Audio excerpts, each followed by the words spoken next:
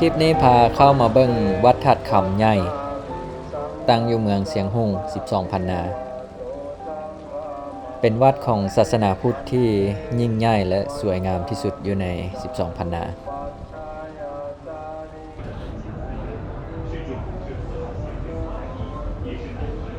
ตอนกลางคืนบ่มีกิจกรรมหยัง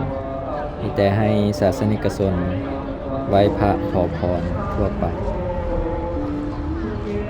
เขาถูกเขียน และอันนี้ก็เป็นบัตรสำหรับขึ้นไปไหว้พระอยู่ด้านถึง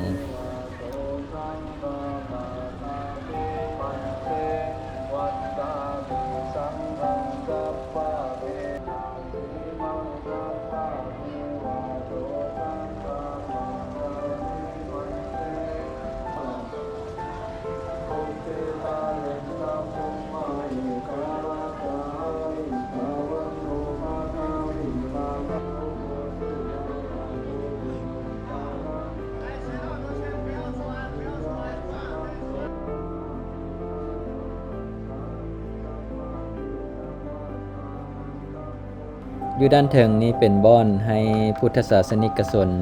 ได้มากราบไหว้พระพุทธรูปใหญ่และอยู่ด้านเทิงนี่มีความสวยงามหลายมีรูปแต้มที่เล่าเรื่องราวประวัติของพระพุทธเจ้าเป็นรูปแต้มใส่ฝาแต่น่าเสียดายด้านในเพิ่นบ่ให้บันทึกวิดีโอก็เลยบ่ได้ถ่ายมาให้เบิ่ง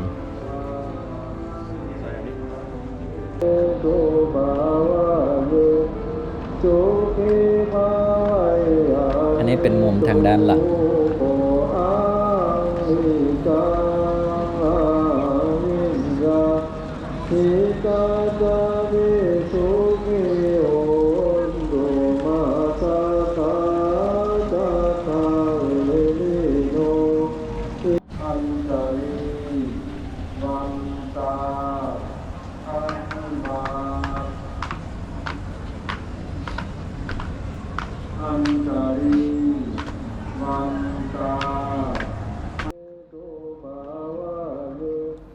เห็นภาพนี้แล้วก็คิดออกอย่างหนึ่งก็คือ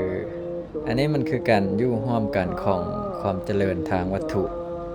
กับวัฒนธรรมอันเก่าที่สวยงามใครที่ยังมาเห็นกับตาก็มาที่เมืองเสียงหุ่งกิ่งแขวง12พันนาสป.จีนเด้อ